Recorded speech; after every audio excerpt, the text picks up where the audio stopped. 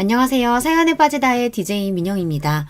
오늘 사연자는 사랑과 전쟁에서 나올 법한 막장 드라마 속 주인공이 되었다는데요. 과연 어떤 사연인지 들어보시겠습니다. 오늘도 두 가지 사연이 준비되어 있는데요. 끝까지 들어주실 거죠? 그럼 바로 시작할게요. 구독과 좋아요 잊지 말고 꾹 눌러주세요. 안녕하세요. 저는 40대 남자입니다.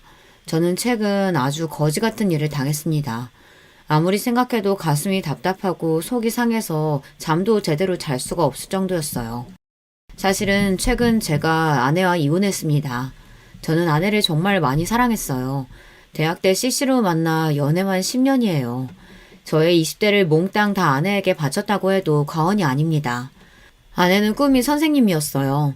대학 때부터 임용고시를 보겠다고 해서 제가 그 뒷바라지를 다 했습니다. 저는 아내가 원하는 꿈을 꼭 이루게 해주고 싶었어요. 저와 아내는 대학 때부터 연애를 오래 해서 그런지 서로의 집안 사정까지 속속들이 다 알고 있었어요. 아내네 친정이 집안 사정이 넉넉하지 않아요. 아내는 항상 꿈을 접고 가족들을 위해 많은 걸 희생하고 살았다고 하더라고요. 아내는 항상 자신의 어린 시절 이야기를 하며 가난한 게 너무 싫었고 무능력한 아버지 때문에 힘들었다고 했습니다. 남들이 들으면 자식이 무슨 그런 소리를 하냐고 못됐다고 할 수도 있지만 저는 그렇게 생각하지 않았어요. 저는 아내가 이해됐습니다. 저도 넉넉하지 않은 집안에서 장남으로 자라면서 동생을 위해 많은 걸 희생하며 살았어요. 대학 때 외국으로 교환학생을 갈 기회도 있었는데 부모님이 절대 안 된다고 하셨어요. 전액 지원받고 갈 수 있는 거라 돈도 안 드는데도 부모님은 절대 안 된다고 하셨죠. 제가 교환학생으로 가버리면 지금 당장 아르바이트해서 부모님께 보내는 생활비도 못 보내고 취직도 늦어질 테니 절대 안 된다고 하셨어요. 그때는 부모님이 너무도 원망스러웠습니다. 대학도 원래 가고 싶었던 대학이 있었는데 그 대학은 학비가 비싸서 못 가고 전액 장학금을 받을 수 있는 대학으로 들어왔어요. 저는 살면서 부모님께 지원이라고는 한 푼도 받지 않고 오히려 생활비를 벌어다가 드리고 있는데요. 앞으로도 평생 부모님과 동생들을 챙기며 살아야 한다고 생각하니 답답하기만 했습니다. 그러던 중 아내를 만난 거예요. 저와 아내는 많이 닮았습니다. 둘 다 비슷한 가정 환경에서 힘들게 자라다 보니 생각하는 것도 비슷하고 통하는 게 많았어요. 그러다 보니 아내가 더 안쓰럽게 느껴져서 아내만은 자신의 꿈을 꼭 이루게 해주고 싶었습니다. 저는 집안 사정 때문에 원하지도 않는 회사에 입사했어요. 하루라도 빨리 취직해서 동생들 학비를 벌어야 했기 때문에 고민할 것도 없이 곧바로 일할 수 있는 회사로 들어가기 급급했죠. 저는 월급의 반을 부모님께 생활비로 보내고 남은 돈을 아내와 함께 생활비로 쓰며 아내가 공부할 수 있게 도와주었습니다. 제가 제일 사랑하는 아내라도 꿈을 이뤄서 행복해지는 모습을 보고 싶었거든요. 하지만 세상은 역시나 저의 편이 아니었습니다. 아내는 임용고시를 3번이나 떨어졌어요. 3년 동안 저와 함께 울기도 하고 웃기도 하며 열심히 준비했는데 꿈을 이루기가 쉽지 않더라고요. 저는 아내에게 한 번 더 도전해보라고 도와주겠다고 했지만 아내는 더는 그럴 수 없다고 했습니다. 자기한테 말 못했는데 사실 우리 엄마 아빠 아주 난리 났어. 나더러 내 주제에 무슨 선생이냐고 하루라도 빨리 취직하래. 부모랑 동생들은 돈 버느라 잠도 못 자고 힘들게 사는데 나는 팔자좋게 놀면서 공부한다고. 저는 한숨이 저절로 나왔습니다. 슬퍼하는 아내를 보고 있으면 꼭 저를 보는 것 같아서요. 저는 끝까지 아내를 말려보려고 했지만 소용없었습니다. 당시에 아내의 막내 동생이 고3이었는데 공부를 꽤 잘했어요. 의대도 갈 수 있는 성적인데 집에 돈이 없어서 고민하고 있다고 하더라고요. 아내는 본인의 꿈을 접고 동생이라도 꿈을 이룰 수 있게 돕겠다고 했습니다. 그러고는 곧바로 여기저기 면접을 보러 다녔어요. 그것 또한 쉽지 않았습니다. 대학 졸업하고 임용 준비하는 동안 나이는 먹었는데 경력이 없으니 취직이 쉽지 않더라고요. 그러다가 아내는 한 중소기업에 합격해서 입사하게 됐습니다. 근데 자기 합격한 회사 면접 봤을 때 사장이 좀 이상하다고 하지 않았어? 제 기억에 합격한 회사 면접 자리에 갔을 때 대표가 좀 이상한 사람이라고 들은 것 같은데 합격했다고 하니 좀 찝찝하더라고요. 회사가 작아서 그런지 대표도 젊은 사람인데 면접 자리에서 나 보자마자 키랑 몸무게를 물어보더니만 남자친구 있냐고 물어보더라고.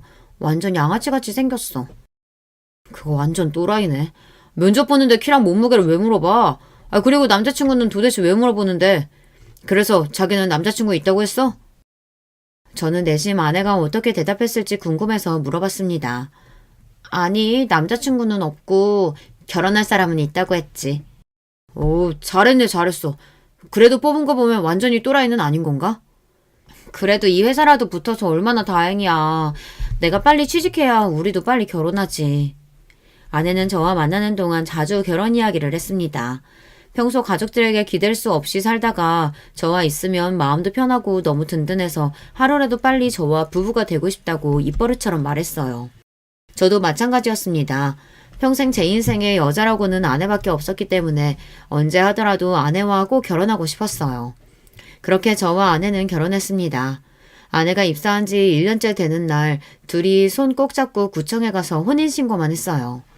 이미 아내가 임용고시 준비하면서 둘이 집을 합쳐 같이 살기도 했고 둘 다 집안 사정 뻔해서 식을 올리기는 힘들었거든요.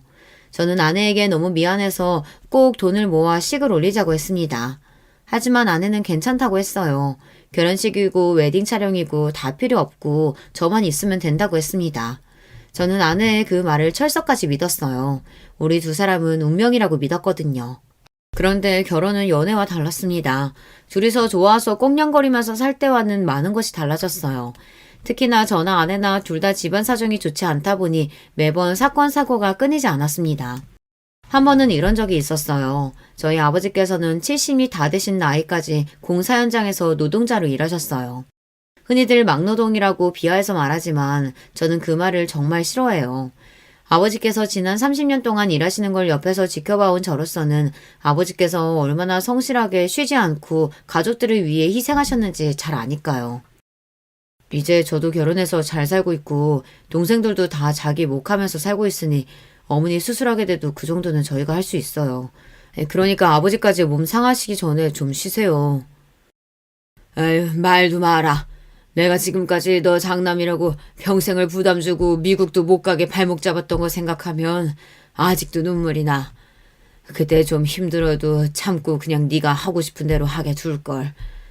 아휴, 젊어서 우리 장남 고생시킨 것만 생각하면 아버지가 미안해. 말년이 아버지가 너희 엄마 책임지고 잘 살 거니까 우리 걱정은 말고 너는 너대로 네 가정 꾸리고 행복하게 살아. 저는 아버지께서 모르시는 줄 알았습니다. 제가 얼마나 하고 싶은 게 많았었는지, 미국에 못 가게 돼서 얼마나 펑펑 울었는지 다 모르시는 줄 알았어요. 그런데 아버지도 다 알고 계셨더라고요. 자식 하고 싶은 거 못하게 하는 부모 마음도 찢어지셨을 텐데 그 마음도 모르고 내내 원망했던 제가 너무 죄송했습니다. 아니에요. 그때 그렇게 미국 안 가고 한국에 있어서 신영이도 만난 건데요, 뭐. 저는 후회 안 해요. 그때는 진심이었습니다. 미국을 못 가게 된 건 당연히 아쉬웠지만 만약 제가 그때 미국에 갔다면 지금의 아내를 만나지 못했을 거예요. 결혼도 하고 아내와 저도 직장에서 자리 잡고 있었으니 이제는 좀 살만해지나 보다 싶었던 때였습니다. 하늘도 무심하시지 저에게 또 고난을 주셨어요. 평생 건강하실 줄 알았던 아버지께서 갑자기 돌아가셨어요. 저도 동생들도 전혀 몰랐는데 아버지께서 몇 년 전 일하시는 곳에서 건강검진을 받았을 때 선천적으로 심장 판박증을 앓고 있다고 했다네요. 의사는 바로 제대로 검사하고 치료하라고 했는데도 아버지는 자식인 저희에게도 말도 안 하고 그냥 계셨던 거예요.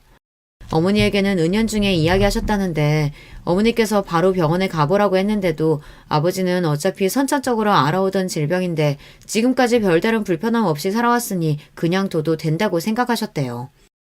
결국은 그대로 뒀다가 문제가 생긴 거죠. 연세도 많으신데 무리해서 일하시다가 심근경색이 와서 그대로 쓰러져 손도 못 써보고 돌아가신 거예요. 저는 어릴 때부터 이런 점이 너무 화가 나고 답답했습니다. 기본적으로 사람이 아프면 병원에 가고 배가 고프면 밥을 차려 먹는 거잖아요. 저희 부모님은 그런 기본적인 것을 중요하게 생각하시지 않았어요.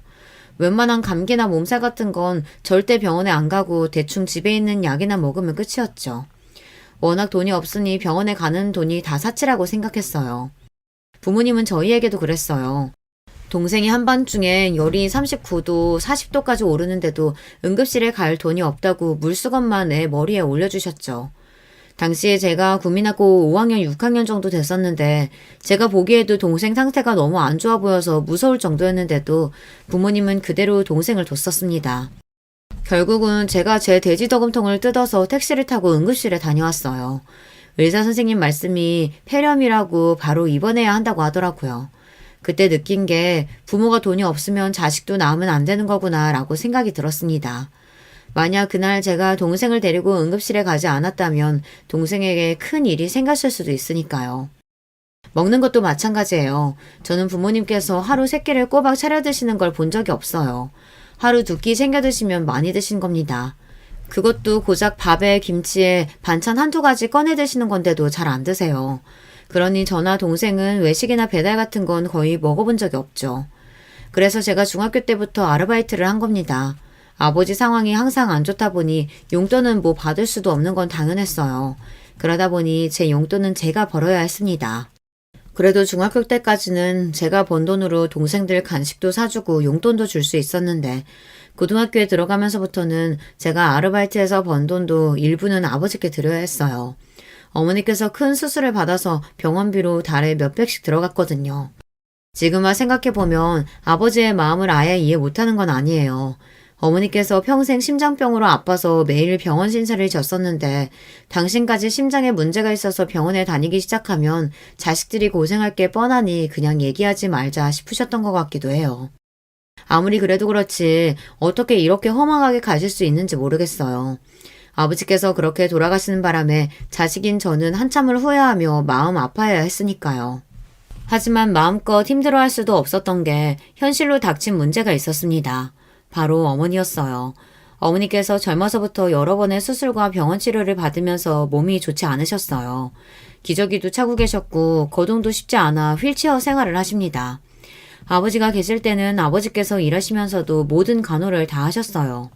그런데 아버지께서 갑작스레 돌아가셨으니 어머니의 간호도 문제였죠.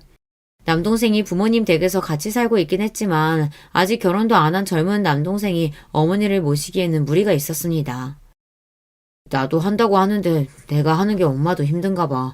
씻겨준다고 해도 자꾸만 싫다고 하고 목욕 도우미 불러도 영 마땅치 않으니 자꾸 안 씻으려고 해. 기저귀는 뭐 말도 못하고. 저야 일찍이 본가에서 나와 살았으니 몰랐었는데 아버지께서 고생을 많이 하셨겠더라고요. 어머니께서 젊어서부터 투병 생활을 오래 하셔서 성격도 좀 예민하고 사람을 가리세요. 그런 분이 생판 모르는 남이나 남자인 아들들에게 자신의 수치스러운 부분을 보이기 싫어하셨죠. 저도 어떻게 해야 하나 고민하고 있었는데 동생이 철없는 소리를 하더라고요. 엄마 그냥 형이랑 형수가 모시고 살면 안 돼요? 형수는 같은 여자니까 좀 나을 거 아니에요. 순간 저도 너무 당황해서 말문이 턱하고 막히고 말았습니다. 남동생은 아직 나이도 어리고 결혼도 안 해서 뭘 너무 모르고 한 소리예요. 그런데 그 순간 아내가 정색을 했습니다. 그게 말이 돼요? 제가 딸도 아니고 며느리인데 어떻게 도련님보다 제가 편하실 수가 있어요. 당연히 자식이 더 편하죠. 그러니까요. 형도 있으니까 하나보다는 둘이 더 낫겠죠. 그만해. 진영이도 나도 둘 다 바쁜데 어머니를 어떻게 돌봐. 그리고 앞으로 애도 낳아야 하는데 당연히 말이 안 되지. 와, 형 대박이다. 이 상황에 아직 생기지도 않은 형 자식 걱정부터 하는 거야? 나는 이러고 살면 장가나 갈 수 있겠어? 저와 동생은 어릴 때부터 가난한 집안에서 서로 의지하고 살아서 평생 이런 문제로 싸울 일이 없을 줄 알았는데 제 착각이었더군요. 집안에 워낙 비빌 언덕이라고는 없으니 더 예민해졌어요. 남동생 말도 아내의 말도 맞았습니다. 다 살기 힘들고 바쁜데 어머니를 모신다는 건 말도 안 되는 문제였어요. 장남인 제가 미리 방법을 생각했어야 했는데 저도 모르게 동생이 어머니와 같이 살고 있다는 이유로 동생에게 다 떠넘기고 있었는지도 모르겠어요. 알겠어. 내가 어머니 계실 곳 좀 찾아볼 테니까 그때까지만 서로 도와가면서 어머니 돌보자. 그 자리에서는 이야기를 일단락하고 제가 어머님이 계실 요양병원이나 요양원을 알아보기로 했어요. 그런데 생각보다 비용이 많이 들더라고요. 어머니는 등급이 높지 않아서 바로 요양원에 들어가기엔 무리가 있었고 지병도 있으셔서 요양병원으로 가야 했는데 가격이 달에 무조건 100만 원 이상씩 들어가더라고요. 생각지도 못했던 부분이라 아내와 상의가 필요할 것 같아 저는 조심스레 아내에게 상의했습니다. 어머니 계실 요양병원 알아보긴 했는데 비용이 꽤 들어가서 진우랑 같이 부담해도 달에 70, 80은 생각해야 할 것 같아. 저는 제가 형이니 당연히 동생보다 더 부담해야 한다고 생각했어요. 그런데 아내는 제 말에 기분이 상했는지 버럭 화부터 내더군요. 70, 80? 우리가 그런 돈이 어딨어. 둘 월급 가지고도 생활하기 빠듯한데. 그리고 아버님, 어머님이 사시던 집에 도련님이 살고 있잖아. 그럼 당연히 도련님이 더 많이 내야지. 우리가 왜 더 많이 내? 남이 보기엔 아내의 말이 맞는지도 모릅니다. 하지만 우리는 가족이잖아요. 부모님이 샀던 집이라고 해봐야 자가이긴 해도 얼마 되지도 않은 작은 빌라인데 아내가 그 집 이야기까지 할 줄은 몰랐어요. 아내의 말에 저도 괜히 서운해서 말이 좋게 나가지 않았습니다. 어머니가 돌아가신 것도 아니고 진우가 그 집을 가겠다고 하는 것도 아닌데 당신은 지금 그 이야기가 왜 나와? 몰라. 난 우리 집 일만으로도 머리 아프니까 당신 집 일은 제발 당신이 좀 알아서 해. 난 어머니 요양병원 들어가셔도 일절 신경 못 쓰니까 그런 줄 알고. 당신 말이 너무 심한 거 아니야? 당신 집이라니. 난 처가에 일 있을 때마다 우리 집 일이라고 생각하고 다 도왔는데 어떻게 그렇게 말을 할 수가 있어? 또 그 얘기. 내가 도와달라고 한 것도 아니고 자기 마음대로 도와줘놓고 매일 생색이지. 저도 이런 이야기까지 하려고 한 건 아니었는데 아내가 너무 치사하게 나오니 저도 모르게 말이 튀어나오더군요. 하지만 아내에게 서운한 건 어쩔 수 없었어요. 막내 처남이 의대에 합격했는데도 돈 때문에 망설인다고 그래서 제가 처남 의대 졸업할 때까지 등록금을 계속 냈습니다. 물론 아내와 함께한 일이지만 우리 형편에 쉬운 일은 아니었습니다. 심지어 나중에는 저도 돈이 부족해서 주말에 아르바이트까지 하면서 번 돈을 줬어요. 그러면서도 저는 일절 말 한마디 하지 않았습니다. 그리고 불만도 없었어요. 이제 모두 다 가족이니 당연히 해줄 수 있는 일이라고 생각했거든요. 그런데 아내는 제가 어머니를 모시겠다는 것도 아니고 요양병원에 모시겠다는 건데 그 비용을 내는 것조차도 싫다고 화를 내잖아요. 저로서는 아내가 원망스러웠죠. 결혼 전부터 서로 집안이 힘든 것도 알고 있었고 그래서 우리 둘 다 고생할 거 알고 있었지만 이게 막상 현실로 닥쳐서 살다 보니 어느새 저나 아내나 둘 다 지쳤나 보더라고요. 사실 저나 아내나 직접적으로 말하지 않아도 마음에 앙금이 조금 있었던 게 둘 사이에 몇 년째 묵혀놓던 문제가 있었기는 했어요. 바로 아이 문제입니다. 결혼 전에는 아내와 저 둘 다 당연히 아이를 갖고 싶어 했어요. 저나 아내나 둘 다 아기들을 너무 예뻐해서 연애할 때부터 결혼하면 애는 꼭 2명 이상은 낳자고 이야기는 했습니다. 그때는 둘 다 대학생이었으니 뭘 모르고 순진했던 거죠. 현실이 그렇지가 않더군요. 결혼 초기에 아내가 들어간 직장에서 처음엔 적응을 잘 못했어요. 그래서 종종 회사를 그만두고 싶다고 옮기고 싶다는 이야기를 하더라고요. 저도 아내의 마음을 이해하긴 했지만 바로 그만두라고 말할 수가 없었던 게 아내가 임용 준비하느라 남들보다 취직을 늦게 하기도 했고 그 회사도 어렵게 입사한 거라 섣불리 그만두라고 할 수가 없었어요. 더군다나 당시에 처남이 의대에 다니며 등록금을 우리가 부담하고 있는 상황이었으니 아내까지 회사를 그만두면 저 혼자 생활이 감당이 안 될 것 같았죠. 그런데 그런 상황에서 어느 날 아내가 갑자기 아이가 갖고 싶다고 했어요. 우리 결혼한 지 1년도 넘었고 나이도 있는데 이제 슬슬 아이 가져야 하지 않을까? 내 친구들 조카들 낳는 거 보니까 너무 부러워. 나도 아이 키우고 싶어. 그때 저도 좀 피곤하고 예민했는지 아내의 말이 좋게 들리지 않았습니다. 아내가 회사가 힘들어서 그만두고 싶어서 자꾸 아이를 갖자고 하는 것처럼 들렸어요. 그래서 저도 아내의 말을 고지고대로 듣지 않고 지금 당장 우리 부부에게 닥친 일만 이야기해버렸어요. 지금 우리 형편에 애를 어떻게 가져? 난 부모가 경제적으로 여유도 없는데 괜히 자기들 욕심 때문에 애 낳는 건 아니라고 생각해. 평소 아내에게 단호하게 제 고집을 피우는 성격이 아닌데 아이 문제에 있어서는 제 생각이 명확했어요. 우리 집이나 처가나 형편이 되지도 않는데 자식만 둘, 셋씩 낳아서 지원도 제대로 못 해주고 평생 자식들 고생시키는 게 너무 싫었거든요. 그래서 저는 꼭 형편이 나아졌을 때 하나만 낳아서 곱게 키우고 싶었어요. 그런데 아내는 제 생각과 달랐습니다. 애를 낳는 건 다 때가 있다고 했어요. 자기 말대로면 우리는 아마 평생에 못 낳아. 우리 양가 집안을 좀 봐. 이게 몇 년 안에 사정이 좋아지겠어? 상황 좋아지고 낫겠다고 하면 아마 우리 둘 다 환갑일걸? 아내는 입술을 삐죽이며 중얼거렸습니다. 저도 거기서 그만했어야 했는데 아내가 제 말을 오해하는 것 같아 한 번 더 하게 됐어요. 그쯤 하고 말았어야 했는데 그게 화근이 됐습니다. 당신 일 힘들어서 쉬고 싶은 건 아는데 우리 상황에서 지금 아이까지 생기면 오히려 더 문제야. 앞으로 더 나아질 테니까 조금만 더 힘내자. 저는 조금만 더 고생하면 분명히 좋아질 거라는 말을 하고 싶었던 건데 아내는 다른 말에 꽂혀서 갑자기 인상을 구기더니 화를 내기 시작했습니다. 당신 말을 왜 그렇게 해? 내가 지금 일하기 싫어서 애 갖겠다는 거야?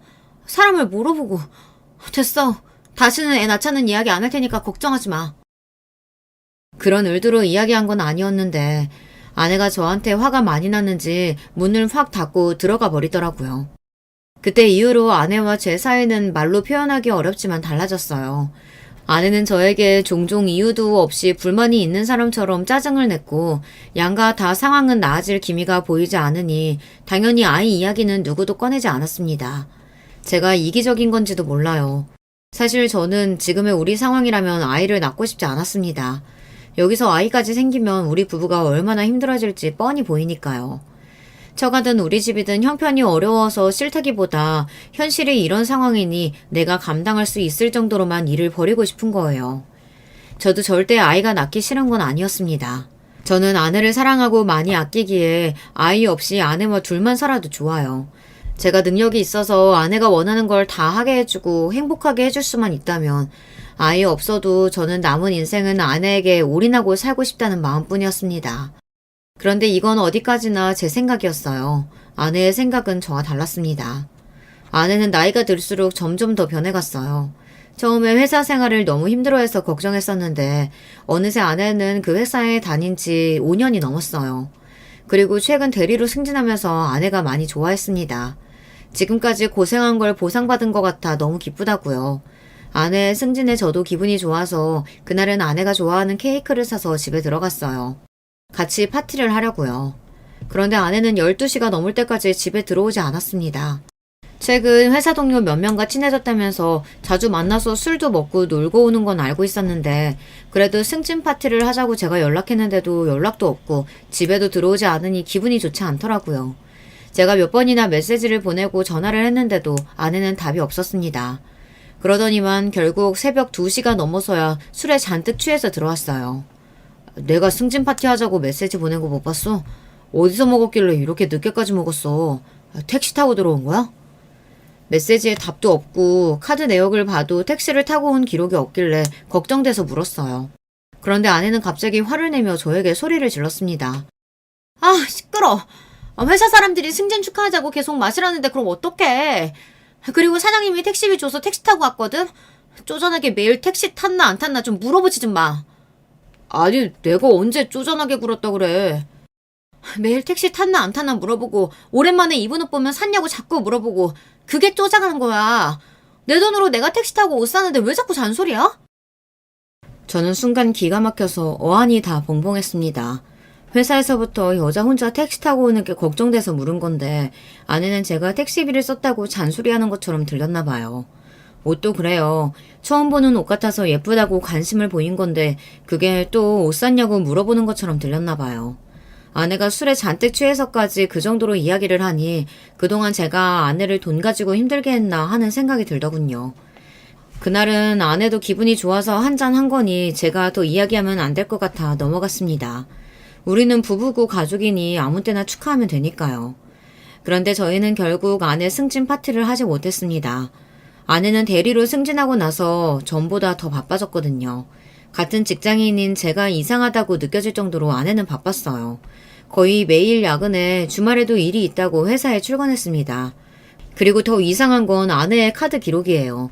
이상하리만큼 카드를 쓴 내용이 없어요. 더군다나 지하철을 타고 다니는 아내가 교통비도 전보다 절반밖에 나오지 않았죠. 저는 아무래도 의아해서 아내에게 카드값이 왜 이렇게 조금 나오냐고 괜히 돈 걱정하느라 안 쓰는 거냐고 물었어요. 저는 아내 걱정이 돼서 물은 건데 그날도 아내는 예민한 얼굴로 오히려 짜증을 내더군요. 아 정말 당신 요즘 왜 이렇게 귀찮게 꼬치꼬치 물어봐? 회사 동료 중에 차 산 사람이 있어서 근처까지 데려와줘서 지하철 안 타서 그래. 진짜 별걸 다 물어보네. 부부끼리 물어볼 수도 있지 왜 그렇게 짜증을 내. 아 몰라. 나 요즘 회사 일 많아서 피곤하고 예민하니까 자꾸 건들지 마. 제가 무슨 이야기를 할 때마다 아내는 회사 핑계를 댔습니다. 대리되고 나서 일이 많아져서 예민하다고요. 아내의 행동이 전과는 달라진 게 저는 내내 신경이 쓰였어요. 여자의 촉만 무서운 게 아닙니다. 남자 촉도 무시 못해요. 최근 아내가 하고 다니는 짓이 아무래도 이상하더니만 역시나 아내는 저에게 숨기는 게 있었어요. 글쎄, 불륜 현장을 저에게 딱 걸리고 말았습니다. 최근 들어 회식도 많고 야근도 많아지더니만 그 직장을 5년 넘게 다니는 동안 한 번도 없었던 야유회에 간다고 하더라고요. 지금까지 5년 넘게 한 번도 야유회 같은 거 간 적 없었잖아. 갑자기 웬 야유회? 어디로 가는데? 저는 아무래도 최근 아내의 행동이 이상한 점이 많아 꼬치꼬치 울었어요. 그러자 아내는 제 말이 귀찮다는 듯 미간을 확 구기더라고요. 지난 5년 동안은 일반 사원이었고 나 대리로 승진했잖아. 대리 이상급만 가는 야유회야. 사장님네 별장으로 가는 거라 사장님도 오신대. 저도 직장 생활을 10년 가까이 했지만 대리급 이상만 가는 야유회라는 건 생전 처음 들어봅니다. 무슨 대단한 프로젝트가 있는 것도 아니고 직원 20명도 안 되는 작은 회사에서 아무래도 이상했죠. 아무리 그래도 그렇지 주말까지 끼고 4일은 너무 긴 거 아니야? 직원도 별로 없는 회사에서 굳이 여름 휴가도 아니고. 저는 아무래도 찝찝하다 보니 자꾸만 혼자 중얼거리게 됐습니다. 어느 회사가 야유회를 주말까지 껴서 4일이나 가나 해서요. 지금 우리 회사 작다고 무시하는 거야? 사장님이 큰맘 먹고 승진한 직원들이랑 단합하고 싶으시다는데 그럼 어떡해. 나라고 뭐 노인애들이랑 가고 싶은 줄 알아? 나도 가면 상사들 챙기느라 힘들어. 제 말이 거슬렸는지 아내는 인상을 구기면서 소리를 버럭 질렀습니다. 그 모습을 보니 제가 괜한 상상을 하고 아내를 의심했나 싶었어요. 직장 생활이라는 게 원래 다 상식적이지 않은 일도 많은 법인데 제가 너무 예민하게 굴었다 싶었죠. 저는 아내에게 미안해서 제가 좀 예민했다고 사과했어요. 주말인데 자기랑 있어주지 못하고 나도 혼자 가서 미안한데 회사 일인데 어떡해. 당신이 좀 이해해줘. 아내는 마지막까지 회사 일이라고 본인도 가고 싶지 않지만 어쩔 수 없다고 했습니다. 저는 누구보다 아내의 말이 사실이기를 바랬습니다. 그런데 절망적이게도 아내의 말은 사실이 아니었어요. 아내가 야외를 떠나기 하루 전날이었습니다.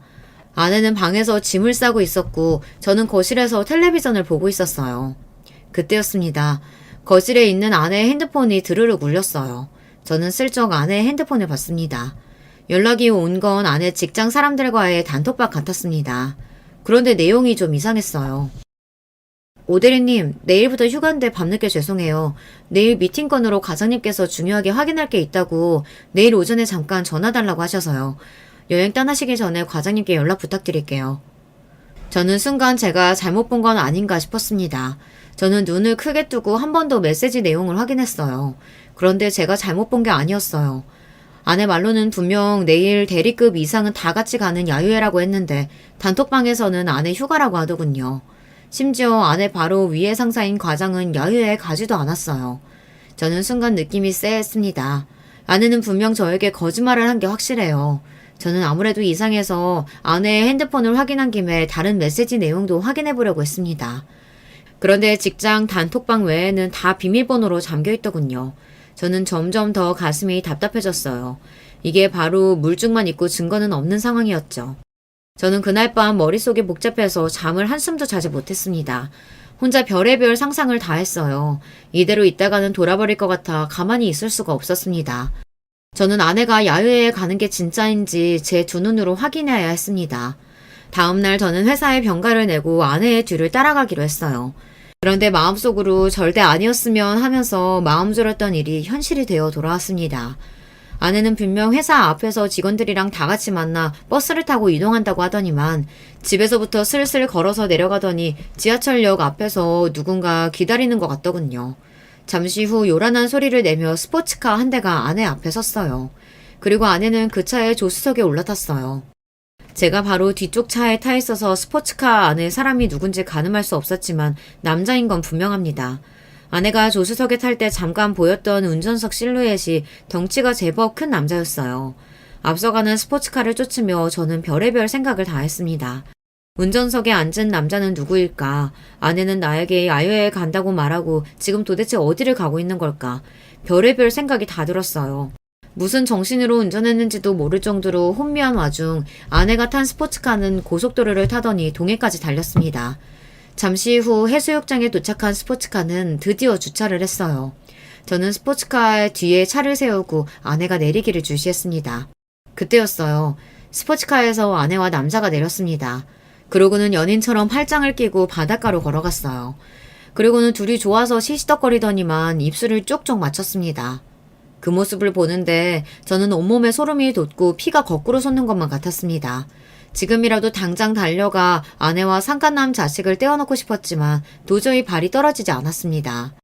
그때였어요. 이 연놈이 입술을 쪽쪽 맞추더니 몸이 달아올랐는지 급하게 차에 올라탔어요. 그러더니만 스포츠카는 근처의 호텔로 향했습니다. 저는 믿을 수 없는 이 끔찍한 상황을 어떻게 해야 할지 몰라 심장만 벌렁거렸어요. 호텔에 도착한 두 연놈은 체크인을 하자마자 바로 엘리베이터를 탔습니다. 저는 곧장 비상구 계단을 찾아 정신없이 달렸어요. 두 연놈이 몇 층에서 내리는지 몰라 층마다 확인했습니다. 7층 비상구 계단에 도착했을 때 로비 쪽에서 딩동하며 엘리베이터가 멈추는 소리가 났어요. 저는 곧장 비상구 계단문을 벌컥 열고 나가 호텔방 안으로 들어가려고 하는 두 연놈의 꼬리를 잡았습니다. 그리고 사력을 다해 달려 호텔 방문을 벌컥 잡아 열었어요. 엄마, 깜짝이야. 당신 뭐야? 당신이 왜 여기 있어? 호텔방 문을 닫으려는 순간 바로 문을 잡아 열었더니 안으로 들어가던 아내와 눈이 정면으로 마주쳤습니다. 아내는 저를 보자마자 못 볼 걸 보기라도 한 것처럼 눈이 커져 금방이라도 눈동자가 굴러떨어질 것 같았어요. 그 순간 아내보다 먼저 호텔 방 문 안으로 들어갔던 상간남도 놀라서 나오더군요. 그러더니 한다는 소리가 기가 막혔어요. 너 이 자식 뭐야? 뭔데 남의 방에 그여 들어와? 내가 누구냐고? 이 여자 남편이다 이 자식아. 상간남의 뻔뻔한 모습에 눈이 돌아버린 저는 그대로 상간남에게 달려들어 주먹으로 얼굴을 세게 가격했어요. 온 힘을 다해 때렸더니 상간남은 그대로 바닥에 쓰러지더군요. 당신 뭐 하는 거야? 사장님 괜찮으세요? 아내는 그 순간 바닥에 넘어진 상간남에게 달려가더니 사장님은 어쩌고 하면서 괜찮냐고 묻더군요. 아내의 입에서 흘러나온 사장님이라는 소리에 저는 저절로 얼굴이 구겨졌어요. 사장님? 이 새끼가 당신 회사 사장님이라고? 충격 그 자체였습니다. 아내와 바닷가에서 서로 부둥켜 안고 뽀뽀를 하고 호텔 방까지 같이 들어온 남자가 다름 아닌 아내가 다니는 직장의 사장 새끼라네요. 이 사람이 당신 지금 누구 얼굴 가격한 줄 알아? 내가 대림출반 사직이라고! 어디 감히 내 얼굴에 손을 대? 원래 바람 피우는 놈들은 다 이렇게 뻔뻔한 걸까요? 지가 남의 마누라 데리고 호텔방에 들어가 걸린 주제에 오히려 큰 소리를 치더군요. 덕분에 다른 방에 있던 손님들까지 다 나와서 우리를 구경했어요. 그래, 너 말 잘했다. 잘나신 대림출판 사장님께서 자기 회사 여직원을 데리고 호텔방에 와? 그것도 유부녀를?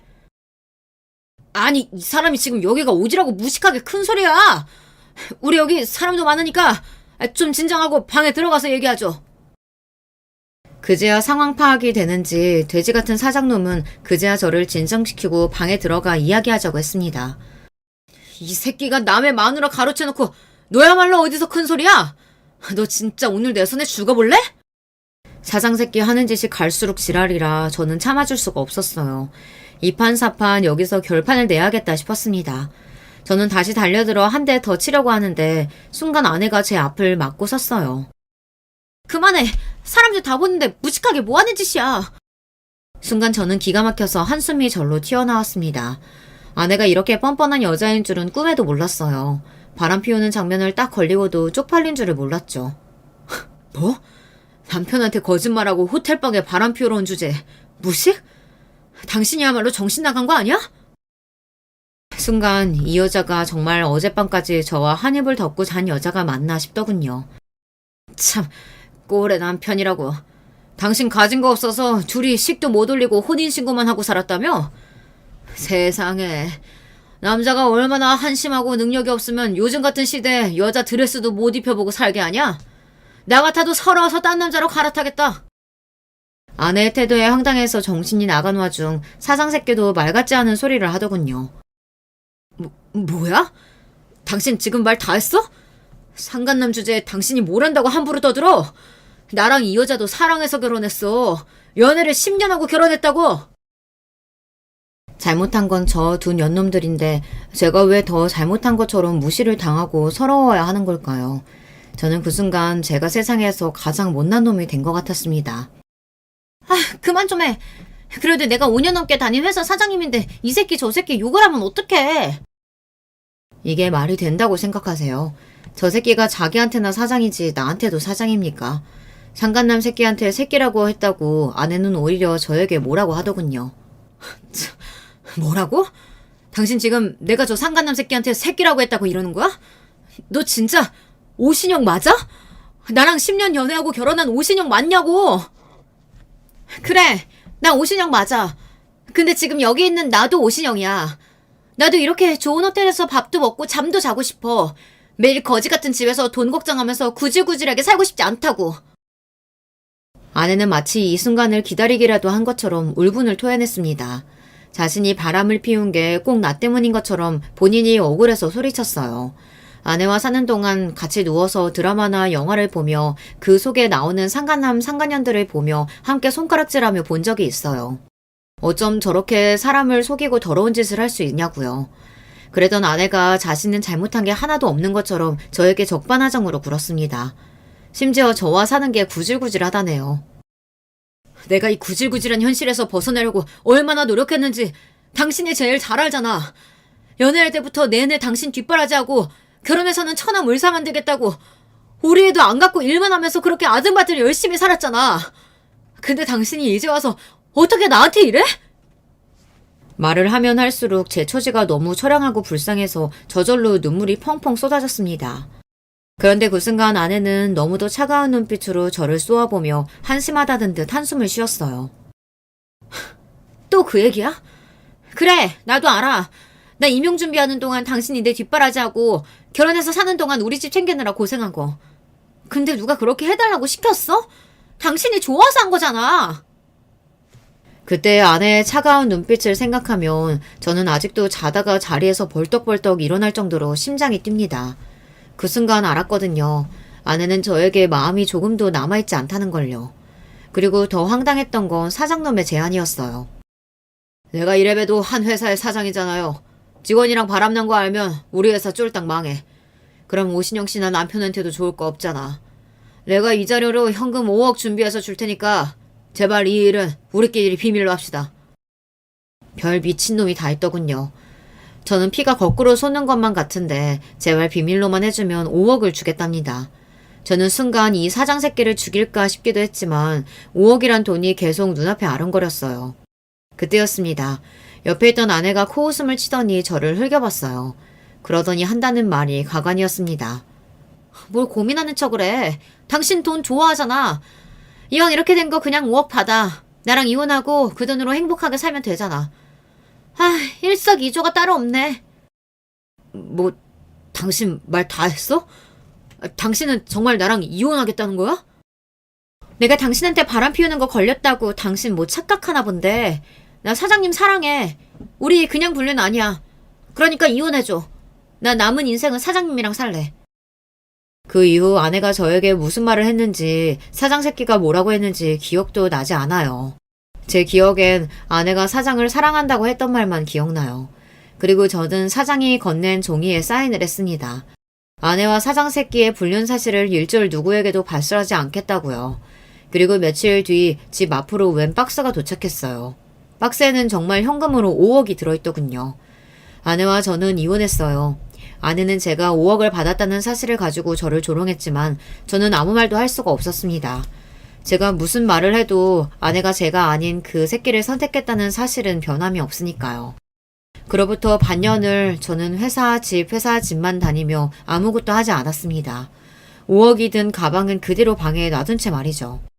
그런데 얼마 뒤 아내와 사장 새끼가 여전히 불륜 상태로 계속 만나고 있다는 사실을 알게 됐어요. 분명 저와 이혼만 하면 둘이 곧바로 재혼할 것처럼 굴더니만 사장 새끼는 이혼하지 않은 것 같더라고요. 며칠 뒤 막내 처남에게 전화가 왔는데 저에게 미안하다면서 누나도 벌 받고 있다고 했어요. 사장 새끼가 아내와 이혼은 절대 안 된다며 계속 연애만 하자고 했다네요. 그 소리를 듣는데 저는 제가 놓치고 있었던 게 있다는 걸 알게 됐습니다. 우리 가정만 박살난 거예요. 그 사장 새끼는 아무것도 잃은 게 없었죠. 그리고 얼마 뒤 대망의 날이 밝았습니다. 저는 이날만을 기다렸습니다. 저는 곧장 사장이 사는 집으로 찾아갔어요. 그리고 사장 아내의 아내를 받고 그 집 안방으로 들어갔습니다. 잠시 뒤 충격적인 일이 벌어졌어요. 저와 사장 아내가 침대 매트리스 위에 있는데 안방문을 사장이 벌컥 열고 들어왔습니다. 그러더니 저와 사장 아내의 모습을 발견하고 놀라서 눈이 휘둥그레졌죠. 뭐야? 너희들 여기서 뭐 하는 거야? 너 이 새끼, 너 오대린 남편 맞지? 네가 여기 왜 있어? 설마 네가 내 마누라 꼬신 거야? 왜? 너는 내 마누라 마음대로 꼬시는데 나는 네 마누라 꼬시면 안 되냐? 이 자식이 감히 뚫린 입이라고 함부로 떠들어. 나한테 5억이나 뜯어가놓고 이런 짓까지 하면 네가 무사할 줄 알아? 너 내가 지금 당장 고소할 거야. 고소? 어디 할 수 있으면 한번 해봐. 내가 당신한 더러운 짓 발설 안 하기로 하고 5억을 받은 거지. 당신 아내 안 꼬시겠다고 받은 돈은 아니잖아.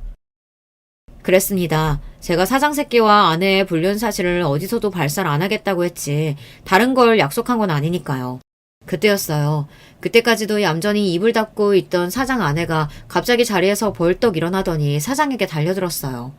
그러더니 말도 안 되는 일이 벌어졌습니다. 저는 제 두 눈으로 보고도 믿기지 않았어요. 글쎄 사장 아내가 침대에서 번쩍 높이 점프를 하더니만 사장의 얼굴을 그대로 날려차기로 차버렸어요. 이 미친 인간. 너 설마 또 바람 피웠니? 너 내가 분명히 경고했지? 한 번만 더 바람 피우면 그때는 내 속에 죽는 거라고. 아, 아파, 여보. 여보, 내 말 좀 들어봐. 이게 어떻게 된 일이냐면 듣긴 뭘 들어. 딱 보니까 이 아저씨가 당신 상간녀 남편이구만. 이 더러운 인간이 이제 하나하나 유부녀까지 건드려? 너 미친 거 아니야? 사장 새끼는 찌질해도 너무 찌질했습니다. 알고 보니 이 새끼가 바람을 피운 게 제 아내가 처음이 아니더라고요. 그리고 더 놀라운 사실은 사장 아내가 소시적 태권도 국가대표였다네요.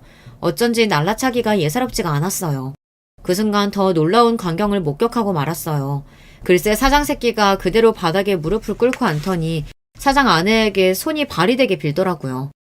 여보, 내가 잘못했어. 제발 용서해줘. 내가 너 한 번만 더 이지랄하면 회사고 뭐고 다 뺏어버린다고 했지? 이래서 바람 피우는 놈들은 믿는 게 아니라니까. 사장 아내는 옆에서 말릴 새도 없이 무릎을 꿇고 앉은 사장을 마구 때리기 시작했습니다.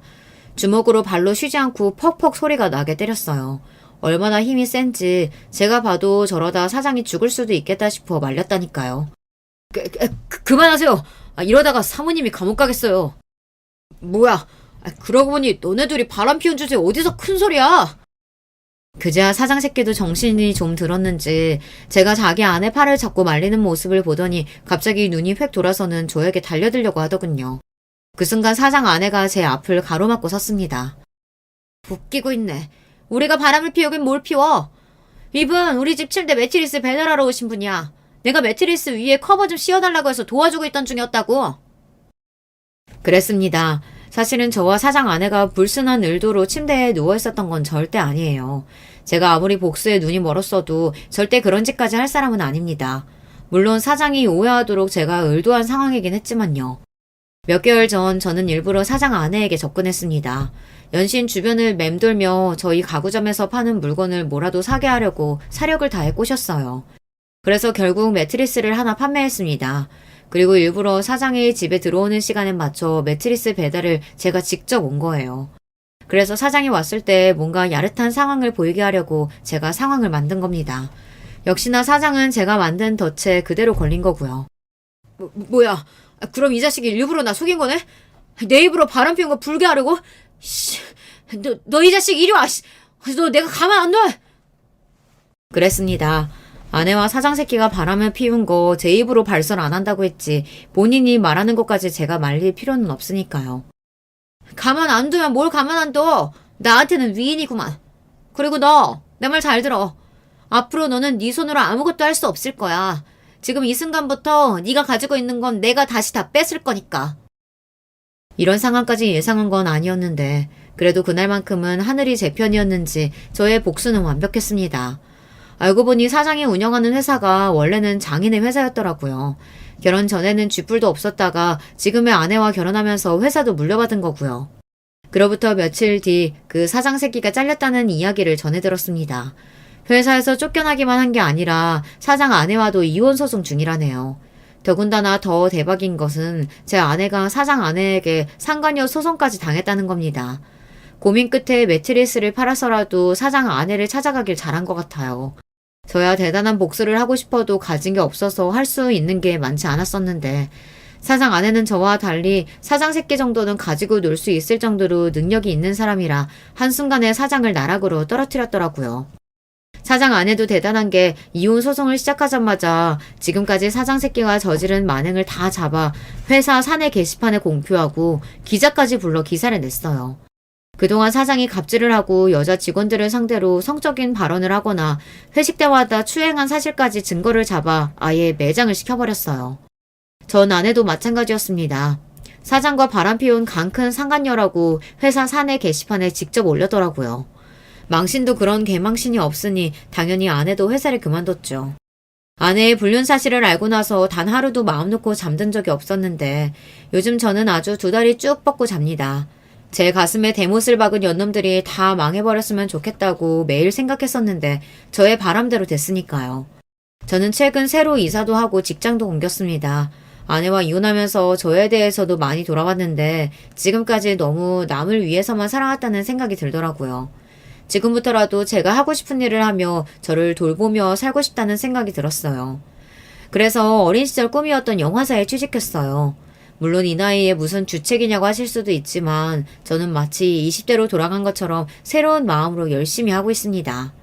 지난날은 다 잊고 새로운 출발을 하는 저를 위해 여러분께서 응원하는 댓글 많이 남겨주시길 바랍니다. 어디선가 저를 응원해주는 사람들이 있다고 생각하면 저에게 많은 힘이 될 것 같아요. 저의 막장 이야기 끝까지 들어주셔서 감사해요. 여러분의 가정은 언제나 편안하시길 바라겠습니다. 안녕하세요. 저는 서울에 살고 있는 50대 남자입니다. 제가 몇 년 전 겪었던 황당한 일을 좀 함께 이야기해보고 싶어서 사연을 보내드립니다. 저는 결혼을 좀 늦게 했습니다. 딱 40살 때 결혼을 했는데 좀 사정이 있었죠. 아내는 부끄럽지만 13살 연하의 아가씨였고요. 간호조무사로 일하다가 제가 병원에서 만나 호감이 생겨 결혼까지 하게 된 상황이었습니다. 물론 당시 아내도 27세나 되었으니 그리 어린 것은 아니었는데 저와의 나이 차이는 제법 났던 터라 친구들한테 도둑놈이라고 욕 꽤나 얻어먹었던 기억이 있네요. 그런데 사실상으로 저한테 그게 첫 결혼은 아니었고요. 물론 호적상으로는 첫 결혼이었습니다만 그 이전에 사실혼 관계인 사람이 있기는 했었습니다. 법적 결혼까지 가지는 못했지만요. 원래 20살 때 고등학교 졸업하고서 바로 취업해서 돈을 벌기 시작했었는데 그 시절에 만난 사람이었죠. 20 초반 애들이 뭘 알았겠습니까? 어린 나이에 눈 맞으니까 그냥 불장난처럼 시작해서 좋아 죽다가 생활이 힘들어지면서 끝난 그 정도의 일이었지요. 그때 같이 살던 사람이 동갑내기였는데 정말 너무너무 사사건건 싸워댔기 때문에 동갑이 좀 싫었습니다. 어느 정도는 나이 차이도 나고 조금 수더분한 사람이 좋다고 생각했었죠. 당시 첫사랑이었던 사실혼 상대자가 생활력도 좋고 영리한 사람이기는 했습니다만 그래서 더 많이 싸웠던 것도 있었거든요. 마음에 안 드는 것은 하나하나 그 자리에서 말을 해서 고치려고 드는 성격이었던 사람이라서요.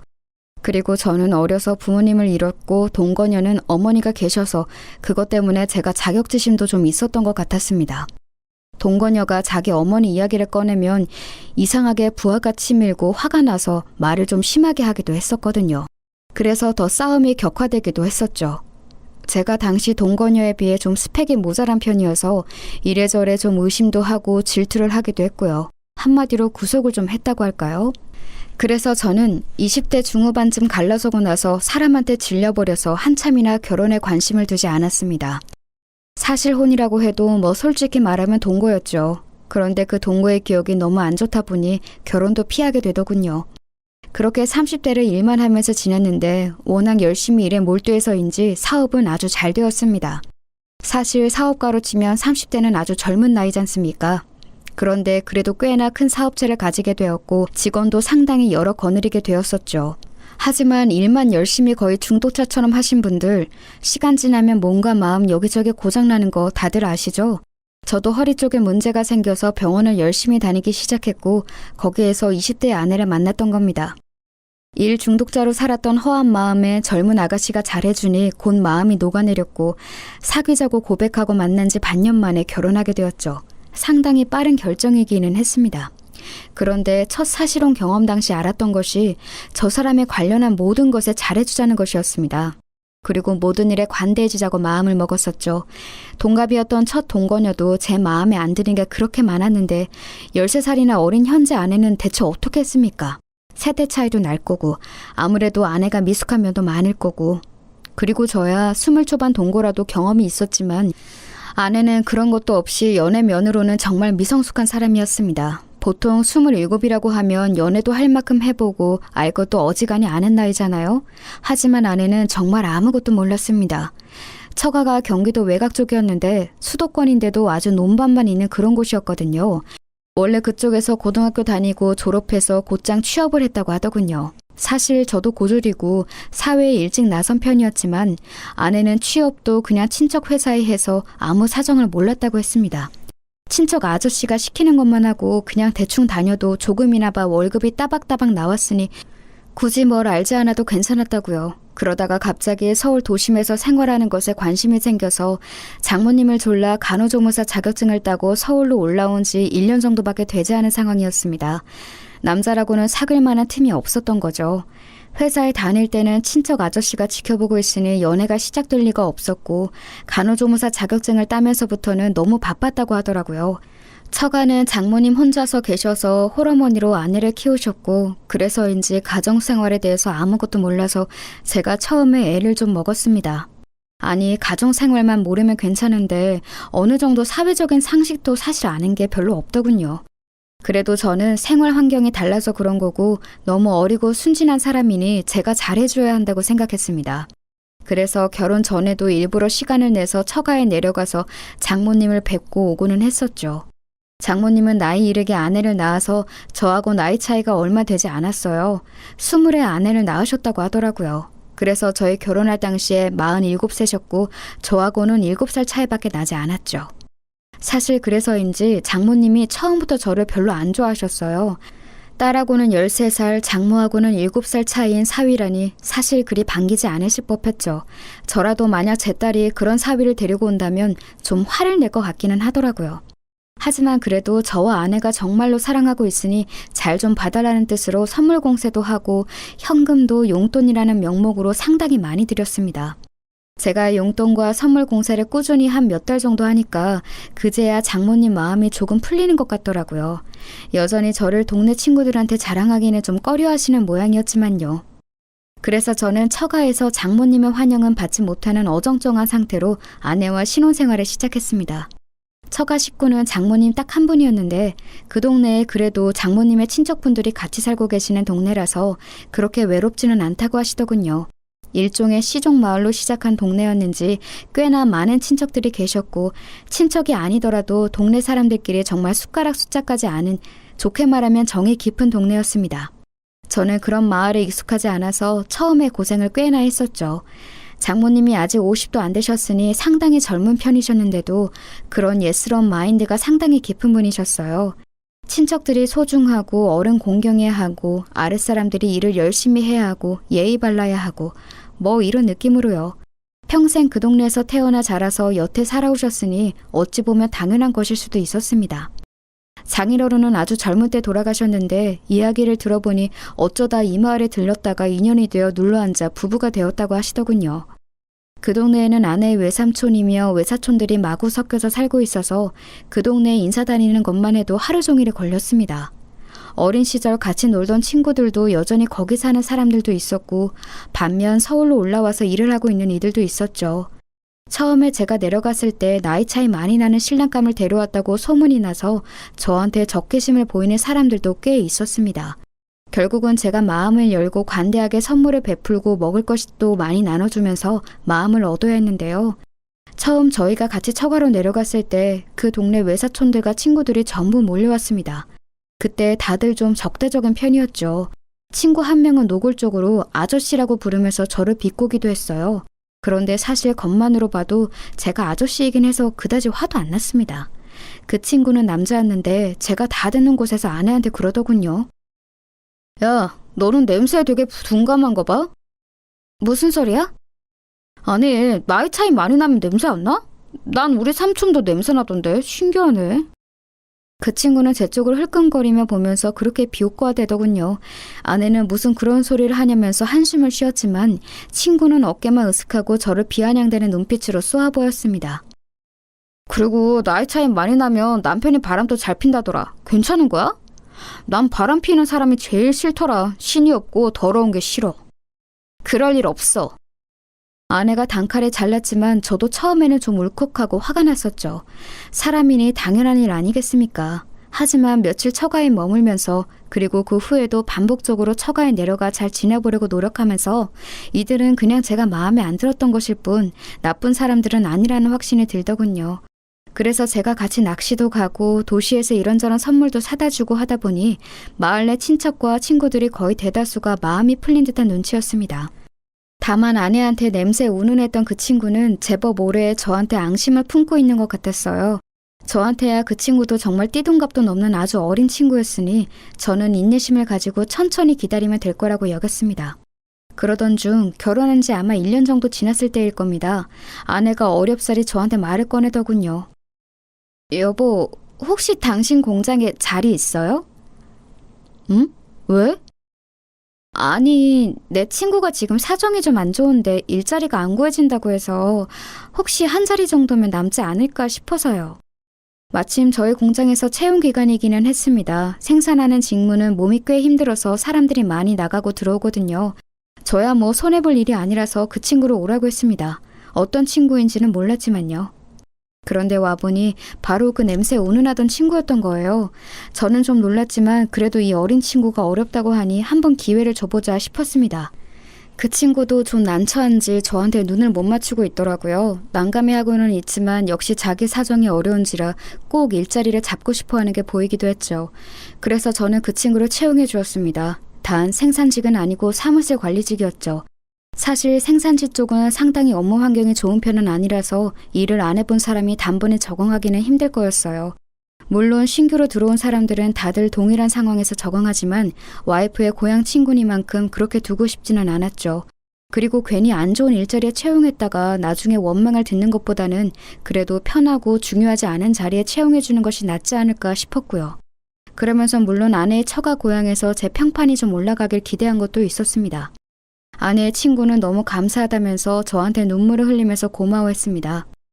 저는 좀 머쓱하기는 했지만 사실 어려울 때 일자리 잡는 게 얼마나 절박한 일인지를 잘 알아서 또 도움이 되었다니 기쁘기도 했었죠. 처음에 그렇게 저한테 적대적이던 그 아내 친구는 사무실로 들어와서는 이제 저한테 언제나 감사의 눈길을 보내는 직원이 되었습니다. 일을 시켜보니 생각보다 아내 친구가 무척 빠릿하고 일을 잘하더군요. 여태까지 시골에서 농사 관련 일만 했다는 게 믿어지지 않을 정도로 숫자 감각도 있고 정리도 잘했습니다. 그래서 좀 두고 보다가 거래처 관리를 맡겼는데 그것도 곧잘 해냈습니다. 한 반년 정도 일을 시켜봤더니 이건 그 친구가 일자리 줬다고 고마울 게 아니라 이렇게 일 잘하는 사람이 우리 사무실에 와줘서 제가 고마울 판이더군요. 그래서 인센티브도 주고 잘한다고 칭찬도 해줬더니 더 열심히 일하면서 그렇게 좋은 관계가 되었습니다. 아내는 그런 이야기를 들으면서 저한테 무척 고마워했죠. 아내는 처가나 고향과 관련해서 여러 가지로 저한테 미안하다고 여러 번 사과를 했습니다. 사실 제가 노력해서 장모님이나 고향 사람들의 태도가 많이 부드러워지기는 했어도 여전히 평균보다는 좀 더 까칠했어요. 장모님은 제가 내려갈 때마다 그리 좋지 않은 얼굴로 나와서 저를 맞이하셨죠. 걸핏하면 왜 내려왔냐? 난 그냥 죽게 내버려둬라. 어린 마누라 두고 다른 년한테 눈길 돌아가면 가만 안 둔다. 돈 많다고 유세 떨지 마라 등등 상상하기 힘들 만큼 다양한 악담을 저한테 퍼부으시기도 했습니다. 사실 아내의 말을 들어보면 장모님의 음식 솜씨가 상당히 좋다고 했고 상 내주실 때 먹어보면 간단한 찬도 무척 맛이 좋은 것을 보면 사실인 것 같았습니다. 하지만 장모님은 제가 내려갔을 때는 그리 거하게 상을 차려주시지는 않았어요. 언제나 냉장고에 들어있던 반찬통만 꺼내서 늘어놓고 밥만 퍼서 담아서 내주시고는 했죠. 물론 그것마저도 무척 맛있어서 저는 불평분만 없이 깨끗하게 비워놓고는 했습니다만 논밭만 있는 가운데라고는 해도 처가집도 당연히 벽돌주택이었습니다. 지은 지 오래되어서 무척 낡아서 여기저기 수리가 필요하기도 했죠. 장모님은 집에 남자가 없어서 집 고칠 곳에 하나도 손을 못 댔다면서 제가 내려가면 언제나 집 수리할 곳에 저를 데려가 세워놓고는 했습니다. 하지만 제가 전문가도 아닌데 어떻게 지붕이나 비새는 곳, 벽 곰팡이 핀 곳을 다시 고쳐놓겠습니까? 한두 번은 가까운 번화가에서 집 수리하는 사람을 불러다가 수리를 맡겼는데 오래된 집들이 항상 그렇듯 계절만 바뀌어도 또 고칠 곳이 생겨나고는 했죠. 저는 고민하다가 결국 큰 마음 먹고서 장모님께 작은 집을 한 채 새로 사드리기로 했습니다. 다행히도 그 마을에 전원주택이 매물로 나온 곳이 있었고 외진 곳이라서 그리 비싸지도 않았어요. 서울 집값을 생각한다면 정말 놀라울 정도로 저렴하기도 했죠. 그런데 아무리 저렴한 집이라고는 해도, 그리고 제 명의로 매매해서 사시라고 드린 거기는 해도 장모님은 그 정도로도 별로 기뻐하시지를 않더군요. 무뚝뚝하게 저한테 밥이나 먹고 가라 하면서 찌개를 새로 끓여주신 게 다였습니다. 그때 장모님이 새로 끓여주신 찌개를 처음 먹어봤네요. 물론 대단히 맛있었습니다만 제가 기대했던 반응과는 차이가 좀 있어서 섭섭하기는 했었죠. 아내는 제가 그 집을 매매해서 장모님께 사시라고 드리자 너무너무 기뻐했습니다. 장모님과는 달리 아내는 감정 표현이 풍부한 사람이었거든요. 그래서 저는 장모님 대신 뛸 듯이 기뻐하는 아내의 모습을 보면서 만족했습니다. 사실 제가 행복하게 해주고 싶은 사람은 어린 제 아내이지 장모님이나 아내의 고향 사람들이 아니니까요. 그래도 그때까지는 아내가 저한테 무척 잘해주고 행복한 나날이 이어졌습니다. 그런데 얼마 안 가서 좀 이상한 일들이 일어나기 시작했죠. 저는 공장을 돌리는 사업을 하고 있어서 공장이 위치해 있는 외곽 지역으로 자주 출장을 나갔습니다. 보통은 바로 집으로 돌아오고는 하지만 거래처에서 사안이 급한 주문이 들어올 때는 직접 직원들을 데리고 밤샘 작업을 감독할 때도 있었죠. 공장장으로는 가끔 말을 안 듣는 사람들도 있어서요. 저희가 원자재를 수급해서 오는 거래처 관리도 당연히 해야 했습니다. 그런데 원자재 공급해주는 거래처 중에 좀 사정이 딱한 분이 한 분 있었거든요. 그분은 법인도 아니고 개인 사업자였는데 원래는 개인 사업자하고 불안정해서 가능하면 거래 안 하려고 하는데 그분이 약간 집안 사정도 힘드시고 아내도 사별했다고 해서 제가 안타까운 마음에 좋은 가격으로 거래를 하고 있었습니다. 거래처 그분은 절 만나면 언제나 무척 고마워하면서 허리를 숙였고 힘든 사정에도 열심히 일하시는 그분이 안타까워져서 저는 언제나 밥과 술을 사면서 같이 이야기꽃을 피우고는 했거든요. 그분하고는 그래서 거의 친구처럼 지내고 있었습니다. 나이도 거의 비슷했고요. 그 거래처하고는 같이 술을 마시면 항상 시간이 늦어져서 공장에서 자고 가는 일도 부지기수였어요. 그런데 그렇게 제가 공장에서 자고 집에 들어가던 어느 날이었습니다. 원래는 제가 그 다음 날도 공장에서 일하고서 오후 늦게쯤 들어가는 게 보통이었습니다만 그날은 어쩐지 너무 피곤하고 목도 아파서 곧장 집으로 향했어요. 그러니까 오전 중에 집에 들어가게 된 거였죠. 아내가 저를 보고 놀라겠지 하면서 아파트 입구 쪽으로 차를 몰 때였습니다. 그때 아내가 핸드폰으로 통화를 하면서 제 쪽으로 걸어오더라고요. 차 창문은 열려있고 당연히 아내가 저를 알아볼 줄 알았는데 통화에 집중한 나머지 제 차를 알아보진 못한 채로 가까이 다가왔습니다. 저는 아내를 놀래켜주려고 팔을 잡으려 준비하고 있었는데 아내의 통화 소리를 듣고 잠시 귀를 의심했죠. 자기야, 괜찮다니까 왜 그래요? 별로 그런 거 아니야. 아유, 사랑하지 그럼. 아내 입에서 나오는 자기야 사랑한다는 말에 저는 잠깐 굳었습니다. 뭘 그런 걸 걱정해. 아우, 남편 걱정하지 마요. 아내는 제가 가까이에서 듣고 있다는 것도 까맣게 모른 채 통화에 열중하면서 걸어갔죠. 자기, 사랑한다, 남편, 걱정. 대체 누구와 통화를 하기에 저런 말을 하는 건지 알 수가 없었습니다. 저는 망설이다가 아내가 저만치 걸어간 이후에 차를 지하주차장에 넣은 후 차 안에 앉아서 잠시 멍하니 생각했습니다. 설마 불륜일까? 그렇게 생각하고 싶지는 않았습니다. 아내의 경쾌한 말투나 발랄한 웃음이 혹시 친한 친구와 나눈 대화일 수도 있다고 생각했어요. 하지만 또 다른 방면으로는 이게 분명히 불륜이라는 강렬한 확신 역시 들었죠. 원래 그런 일 앞에서는 예감이 들고는 하잖아요. 그런 확신에 가까운 예감이 찾아오더군요. 저는 그래서 그날 오후 시간에 맞춰서 집으로 들어갔습니다. 평상시와 마찬가지였죠. 일부러 제가 아내가 나가는 것을 봤다는 것도 말하지 않았고 평소 공장에서 외근했다가 들어가는 것처럼 꾸몄습니다. 아내는 아무것도 모른 채로 저한테 수고했다고 하면서 얼른 음식을 만들어 식사를 차려주었죠. 아내가 방긋방긋 웃으면서 제 앞에서 종알거리며 이야기를 하는데도 집중이 되질 않을 정도였어요. 그 사이 외출을 하고 돌아온 게 틀림없는 아내는 밖에 나갈 때와는 완전히 다른 편한 옷을 입고 있었습니다. 나갈 때 제가 봤던 옷은 몸에 상당히 달라붙는 원피스였죠. 화장도 곱게 한 상태였는데 다녀와서 씻은 것인지 지금은 얼굴에도 화장기가 전혀 없는 민낯이었습니다. 저는 억지로 웃으면서 평상시에 저를 연기했습니다. 그리고 그 후로 쭉 의심이 가는 일은 없는지 아내의 동태를 살폈죠. 솔직히 한번 의심이 가니 걸리는 게 한두 가지가 아니더군요. 아내는 제가 오후에 전화하며 받지 않는 일이 잦았습니다. 평상시 저한테는 오후 그 시간에 낮잠을 많이 잔다고 전화해봤자 못 받는다고 하더군요. 제가 아내의 그 통화 내용을 듣기 전에는 당연히 믿었었죠. 실제로도 아내는 아침에도 일찍 일어나는 것을 힘들어할 정도로 잠도 많고 몸도 약한 사람이었으니까요. 저와 주말에 있을 때에도 오후 시간에는 잠을 자는 경우가 많았고 그럴 때 깨우며 몹시 힘들어했어요. 당연히 평일 오후에도 잠을 자거나 샤워하는 거라고 여겼었죠. 하지만 그 통화를 듣고 난 이후에는 분명히 이 여자가 다른 짓을 하고 있다고 의심이 가기 시작하는 겁니다. 그것만이 아니었습니다. 아내는 간혹 상당히 가격이 나가는 옷이나 보석, 가방을 사달라고 조르는 경우가 있었습니다.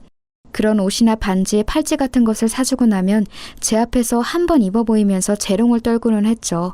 어린 아내가 그렇게 제 앞에서 웃어주는 것이 그저 기뻐서 저는 바보처럼 입만 해 벌리고 있고는 했고요.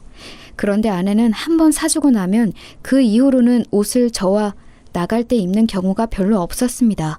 저하고 외출할 때는 그냥 소박한 옷차림으로 솔직히 말하면 그다지 신경 쓰지 않는 듯한 외모로 나갈 때도 많았죠. 제가 오늘 그 예쁜 옷은 왜 안 입었냐고 은근슬쩍 말하면 아내는 별걸 다 신경 쓴다는 듯한 말투로 오늘은 자기가 피곤해서 신경 쓰고 싶지 않다고도 말하고는 했습니다. 그런데 그 옷이나 보석류를 저 없을 때 혼자 외출할 때는 잘도 걸치고 나가는 것 같더군요. 아내는 교회를 다녔는데 동네에서 교회 아주머니를 뵈면 그 아주머니가 그렇게 칭찬을 했어요. 아내가 너무 미인이고 너무 멋쟁이라면서요. 그래서 제가 슬쩍 물어보면 제가 사줬던 그 비싼 옷이나 가방, 보석류를 전부 혼자 나갈 때 착용하고 나갔다는 겁니다. 동네에서 외출하는 아내를 볼 때마다 그렇게 예쁘게 차려입고 나간다고요. 교회 아주머니는 그러면서 항상 감탄했죠. 아니 근데 참 자기네 와이프는 바빠. 항상 어딘가 외출하면서 나가더라고. 화장도 너무너무 곱게 하고. 아유 아직 나이가 어려서 그런지 너무 예뻐.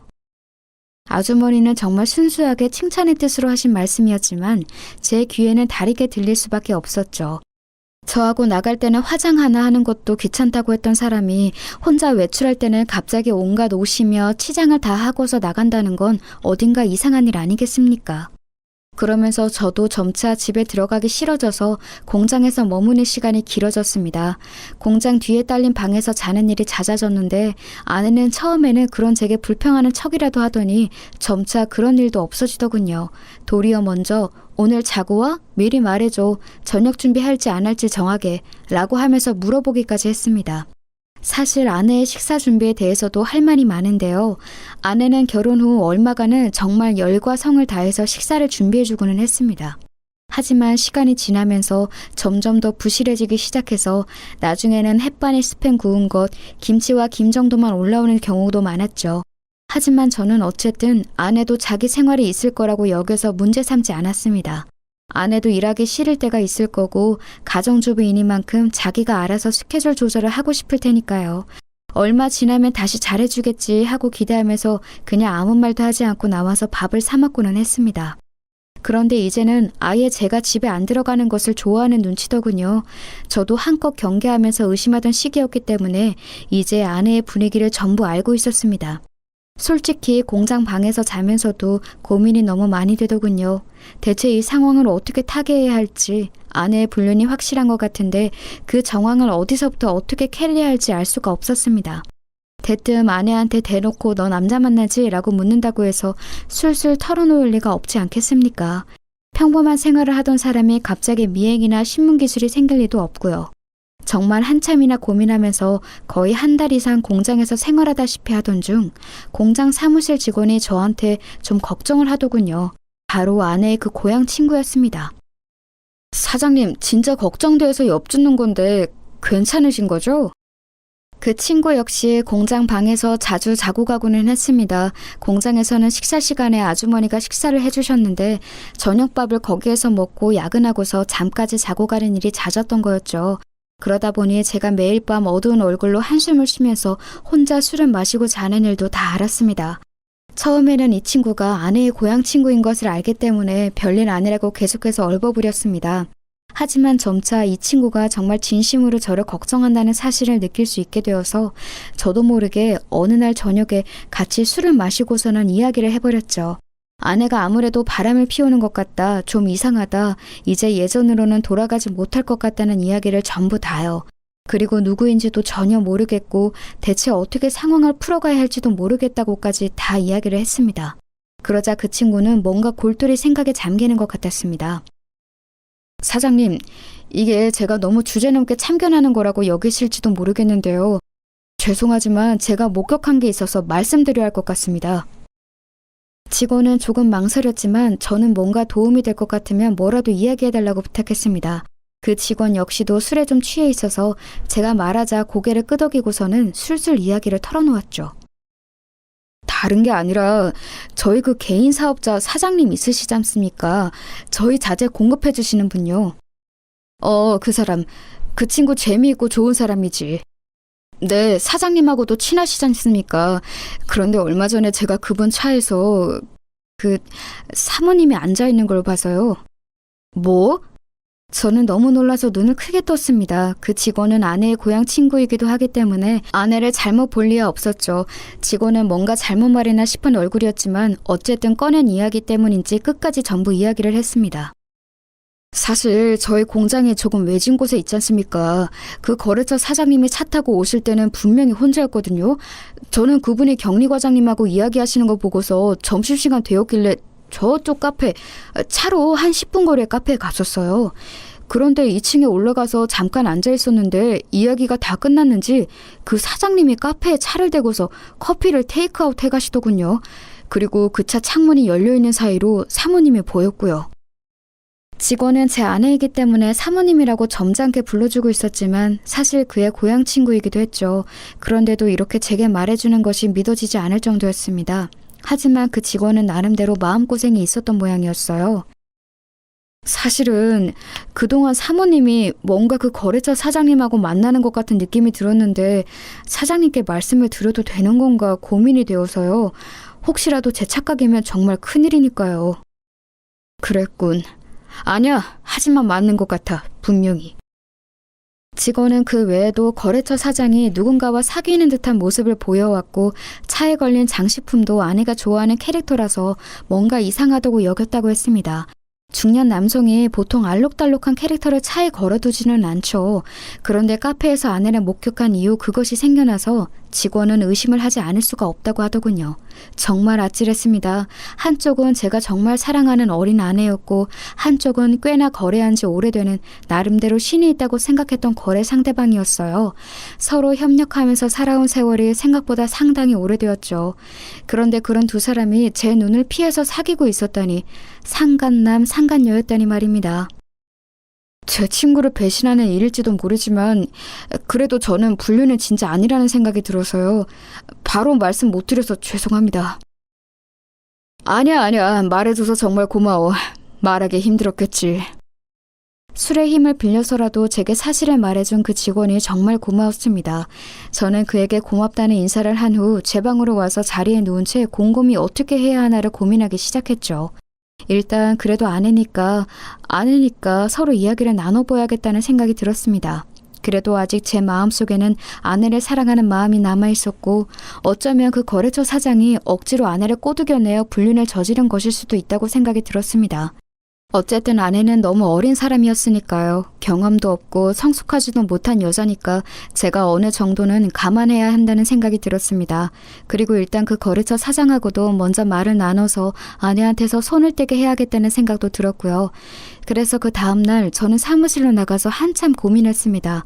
언제쯤 전화를 걸어서 무슨 말로 먼저 운을 떼어야 할까? 이제 예전처럼 친근하게 그 사장을 대할 수는 없을 테니까요. 그런데 점심 먹기 직전 시간쯤 사무실에 앉아있던 그 직원이 저한테 조심스럽게 다가왔습니다.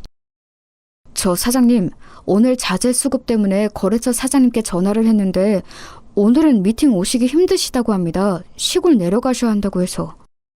시골? 갑자기? 네, 결혼할 사람이 생겼는데 그 사람이 자기 고향에 같이 가자고 했다면서 다녀와서 미팅에 오시겠다고. 직원은 조심스레 그 사장이 내려간 곳이 자신의 고향과 같은 지역이라고 전했습니다. 직원은 아내와 동양 친구였으니 당연히 아내의 친정, 즉 처가가 있는 곳이었죠. 저는 정말 머리가 띵해지더군요. 불륜도 모자라 이제 아예 고향까지 데리고 가는 것인가 싶어서요. 그리고 직원이 전한 말은 더 충격이었습니다. 꼭 정말로 결혼 준비라도 하는 것처럼 말씀하시더라고요. 저는 그냥 하시는 말씀인가 했는데 처가 장모님께 인사드리러 가는 거라면서 여러 가지로 준비한다고 간다고. 이건 아직 비밀이라면서 주변에는 말하지 말라고도 하셨는데요. 다녀와서 사장님께 인사도 따로 드리겠다면서 아주 즐거워하셨습니다. 맙소사 소리가 저절로 나왔습니다. 저는 눈앞이 아찔해져서 한참이나 머리를 숙이고 이마를 짚고 있었어요. 직원은 걱정스러운 눈초리를 하고 있었지만 저는 손을 저어서 괜찮다고 가보라고 했습니다. 속이 뒤집히는 것 같았어요. 제가 제일 사랑하던 아내와 그래도 믿고 신뢰하던 거래처 사장이 불륜관계라니. 저는 그냥 있을 수가 없어서 자리에서 일어섰습니다. 주변에게 말하지 말라면서 저희 사무실 직원한테는 말하는 저 입 가벼운 꼬라지는 또 대체 뭔지 알 수가 없었어요. 그래도 저희 사무실 직원들이나 저하고 무척 가깝게 지내던 사람이라서 더욱이나 상처가 컸습니다. 저는 충격을 받은 상태로 곧장 차를 타고 처가로 향했습니다. 아직 출발하려고 타고 있던 때에 직원이 걱정스러운 얼굴로 달려나오더군요. 사장님, 지금 좀 비틀거리시는데 운전하고 먼 길 가시면 좀 위험할 수 있습니다. 그렇다고 안 갈 수는 없지 않겠나? 제가 운전할까요? 저도 일단 말씀 전해드리는 이상 완전히 다른 사람 일은 아니라서. 사실 직원은 여러 가지로 걱정하는 눈치였습니다. 일단 그 친구는 저를 은인으로 여기고서 워낙 열심히 일을 하던 사람이기도 했고 아내의 오랜 고향 친구이기도 했으니 양쪽 다 걱정이 되었겠죠. 사실 저보다는 아내를 걱정했을지도 모릅니다. 어쩌다가 말을 전하는 꼴이 되기는 했지만요. 그래서 저는 그러자고 했습니다. 제가 생각하기에도 도무지 제대로 운전을 하면서 사고를 안 내고 처가까지 도달할 자신이 없었거든요. 한참이나 차를 타고 내려가는 동안 직원도 저도 아무런 말을 하지 않았습니다. 저는 머릿속으로 한참이나 소용돌이를 가라앉히려고 애쓰다가 어느 정도 시간이 지나니 차분해졌습니다. 이제 분류는 너무 확실해져 버린 상황이었으니 남은 건 어떻게 두 상간남 상간녀를 처리하느냐, 그리고 이혼을 해서 어떻게 그 여자를 내다 버리느냐만 남은 거였죠. 세상에 나이 40에 뒤늦게 결혼한 것이 이런 결과를 가져올 줄 누가 알았겠습니까? 그 거래처 사장도 이른 나이에 아내와 사별했다고 하고 어린 자식 키우느라 고생한다는 사정도 있어서 제가 더 잘해줬던 것도 있었습니다. 하지만 이런 식으로 결국 뒤통수를 맞아버린 거였죠. 한참이나 달려서 내려간 끝에 처가가 있는 곳에 당도했습니다. 처가 마당에 낯설면서도 익숙한 차가 서 있는 것을 보고 정수리에서 피가 빠지는 것 같더군요. 같이 있던 직원이 말을 더듬었어요. 저거 거래처 사장님 차네요. 알고는 있지만 그래도 눈으로 확인하는 건 또 완전히 다른 일입니다. 장모님이 사시는 집이기는 해도 일단 제 명의로 매매한 곳이기 때문에 저한테도 열쇠가 있기는 했죠. 비밀번호를 눌러서 들어가는 잠금장치인데 대면 열리는 종류의 전자열쇠 말입니다. 그래서 저는 그 열쇠를 대고서 곧장 아무런 사전 경고도 없이 집 안으로 들어갔습니다. 아니나 다를까 현관에도 남자의 신발이 놓여 있었습니다. 안쪽에서는 고소하고 향긋한 냄새와 더불어서 하하호호 웃으며 이야기를 나누는 목소리가 들려왔습니다. 저는 현관 중문 바깥에 서서 멍하니 그 소리를 듣고 있었죠. 아니, 나는 이렇게 근사한 삽입감을 우리 딸이 데리고 올 줄은 몰랐어. 어쩜 이렇게 사람이 체격이 좋고 중후할까? 그럼 엄마, 내가 기다리랬잖아요, 그러니까. 칭찬 감사합니다. 제가 왔을 때와는 사뭇 다르게 아주 화기애애한 분위기였습니다.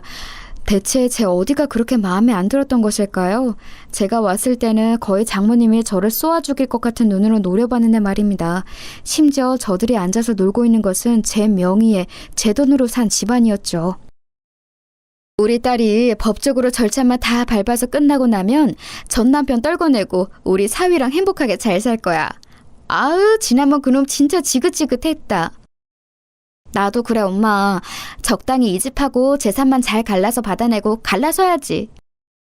모녀는 그런 식으로 입방정을 떨면서 저를 씹어대더군요. 속 좁고 촌스러운 남자, 왜소한 데다 남자로서의 매력이라고는 없는 남자. 저는 중문 너머로 안에 있는 이들을 지켜보았습니다. 멀쩡한 식탁도 놔두고서 거실 탁자에 둘러앉은 세 명이 아주 분위기가 좋더군요. 장모님은 거래처 사장이 자기 접시에 음식을 다 먹은 것 같자 얼른 일어나서 가운데 있는 냄비에서 듬뿍 또 한 그릇을 퍼내서 건넸습니다. 배부르다면서 손사래를 치던 거래처 사장은 또 낼름 받아서 그걸 먹더군요. 내가 씨암탉 잡은 걸세. 이게 얼마나 귀한 손님한테만 대접하는 건지 알긴 하나? 우리 딸한테 잘해줘야 해. 우리 딸이 자네가 얼마나 매력적인지 나한테 어찌나 수다를 떨었는지 아주 내가 귀에 딱지가 다 앉았어. 장모는 유쾌하게 말하면서 거래처 사장의 등을 두드렸습니다. 사장도 아주 기쁘다는 듯이 웃으면서 허허 대답했고요. 아내는 아주 거래처 사장한테 혼이라도 빼줄 듯한 기세로 턱을 괴고 앉아서 사장을 지켜보고 있었습니다. 여태까지 저는 장모님한테 제대로 된 밥 한 그릇을 얻어먹은 적이 없었죠. 다 식어 빠진 밥에 냉장고에서 꺼내 먹다만 반찬들, 아내조차도 신혼 초에만 저한테 식사를 제대로 챙겨주었고 최근으로 오면서부터는 아예 식사를 챙기지도 않았습니다. 그런 나날들이 겹쳐 떠오르면서 속이 울컥거리더군요. 곁에 직원이 걱정되는지 움찔거렸지만 그와 상관없이 저는 중문을 벌컥 열고 들어갔습니다. 서로 아주 화기애애하게 수다를 떨며 식사를 하던 세 사람이 갑자기 열린 문 때문에 깜짝 놀라서 저를 쳐다봤죠. 아내가 너무 놀랐는지 입을 떡 벌리고서 저를 불렀습니다. 여보? 당신 어떻게 여기에? 아니, 자네 왜 여기에 있나? 여기 어떻게... 아니, 이게 그... 아내와 장모 모두 당황해서 무어라 설명도 하지 못한 채로 말을 더듬어댔습니다. 거래처 사장은 처음에 아예 무슨 일인지 파악조차 못하는 것 같더군요. 사장님? 사장님이 여기 왜 오신 건지... 아니, 여기 무슨 거래하실 거 있으셨나요? 거래처 사장은 정말로 아무것도 모르는 얼굴로 순진하게 저한테 물어봤습니다. 저는 가만히 그를 노려봤지요. 솔직히 그 거래처 사장은 불륜남, 아내를 꿰어낸 나쁜 상간남이라고 생각하고 있었는데 지금 보니까 아예 제가 아내의 남편이라는 걸 모르는 것 같았습니다. 안에서 들었던 대화 내용으로 미루어 보아서는 분명히 아내가 이혼 절차를 밟고 있는 중인 사실상 돌싱이라고 생각했던 것 같았고요. 이게 말이 되나 싶었는데 생각해보니 거래처 사장은 사실 제 아내를 만날 일이 없었습니다.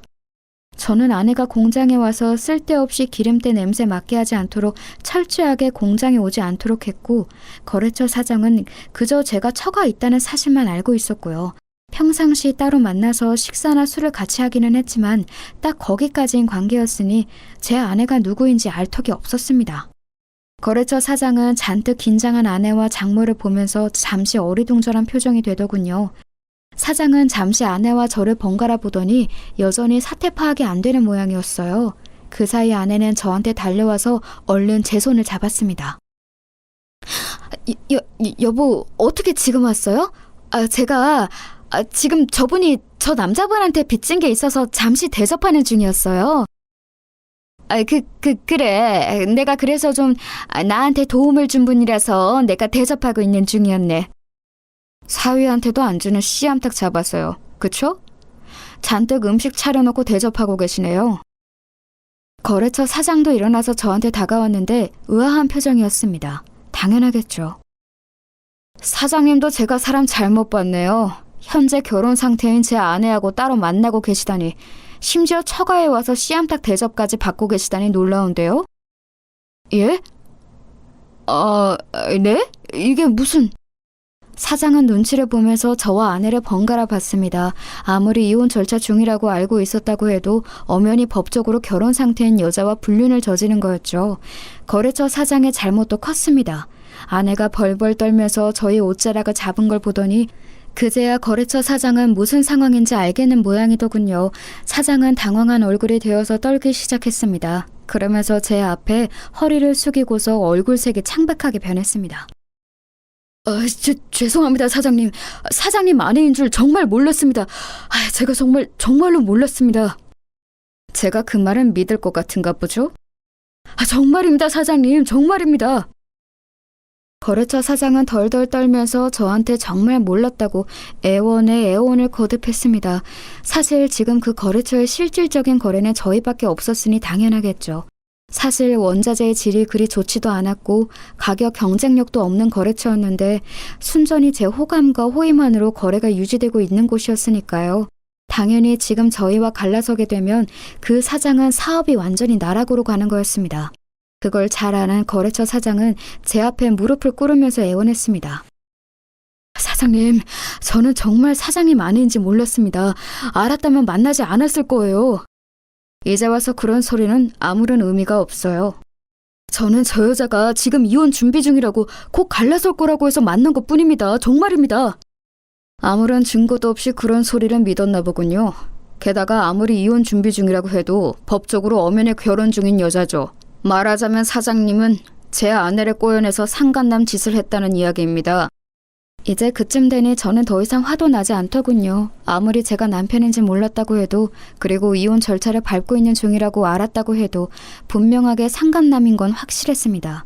이혼 절차 중이라고 알았다는 건 다른 말로 하면 혼인관계 중이라는 사실을 알았다는 것도 되었죠. 엄연히 법적으로 남편이 있는 여자와 사귀면서 장모랍시고 그 모친 집까지 와서 밥을 먹고 앉아 있었다니, 제가 생각했던 그 사람과는 완전히 다른 됨됨이었던 겁니다. 기어코 거래처 사장이 벌벌 떨면서 울기 시작했습니다. 냄새가 났던 걸 보면 오줌도 좀 지렸는지 모르겠어요. 아무런 베이스도 없이 그저 저희 회사와의 거래를 통해서 한 달 벌어 한 달 먹고 사는 사람이었으니 당연했을 겁니다. 아예 살아갈 길이 막막한 거였으니까요.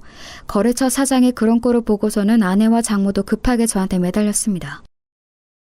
여보, 진짜 생각하는 그런 거 아니에요. 저는 정말로, 그러니까 그런 관계가 아니었다고요. 그냥 빚을 져서 보답을 하려고. 지금까지도 그런 말이 먹힐 거라고 생각하는 건가? 진짜 답이 없네. 어처구니가 없더군요. 장모도 뭔가 횡설수설하면서 저한테 매달리려고 했지만 저는 그 이유를 알았습니다. 바로 지금 사는 이 집마저도 제가 사줘서 살게 해준 것이었기에 쫓겨나서 당장 길에 나앉게 될까봐 두려운 거였겠죠. 아내와 장모가 벌벌 떨면서 저한테 매달리는 것을 뿌리치고서 저는 곧장 차를 타고 올라와 버렸습니다. 함께 갔던 직원은 말없이 차를 운전해 주었고요. 섣불리 저를 위로하려 하지 않아서 그것도 고맙더군요. 결국은 이혼할 수밖에 없었습니다. 아내가 제 바지가랑이를 붙들면서 더럽게 안놔주려고 굴기에 지금 협의 이혼에 동의하지 않으면 결국 불륜으로 소송전을 불사하게 될 거라고 이야기를 해주었죠. 유책이 그쪽이기 때문에 민사소송으로 손해배상도 진행할 거라고요. 아내는 제가 어떻게든 그렇게 할 거라는 사실을 눈치채고서 결국 협의 이혼에 동의할 수밖에 없었습니다. 그러면서 장모님이 살고 있는 집만은 어떻게 안 되겠냐고 애원했지만 제가 그걸 봐줄 이유도 없었죠. 당장 나가라고 하고서 집이 비워지자마자 다른 사람한테 팔아버렸어요. 순순히 나가면 제가 나중에 사정을 봐줘서 다시 들어오라고 해줄 거라고 생각했던지 제가 팔아버린 걸 알자마자 저한테 전화해서 난리를 치더군요.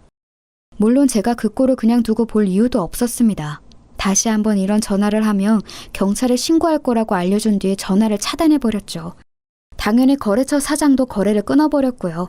그 사장에게 손해배상을 걸어버릴까 했지만 귀찮아서 안 했습니다. 어차피 긁어낼 수 있는 위자료도 얼마 없을 만큼 가난한 인간이었던지라 아마 저희와의 거래가 끊겨서 그대로 나앉았을 거예요. 대신 아내의 고향 친구였던 직원은 승진해서 직급을 높여주었습니다. 그 친구만큼은 이번 사태에서 제 편에 서주었던 사람이었으니까요. 나름의 고마움의 표현이었습니다. 이렇게 갈라서고 나서 저는 여태까지 혼자 지내고 있습니다. 더 이상은 어떤 여자도 믿지 못할 정도로 상처받았기 때문에 연애는 해도 결혼은 더 이상 하고 싶은 마음이 들지 않네요. 여러분도 배우자를 너무 믿지 마시기 바랍니다.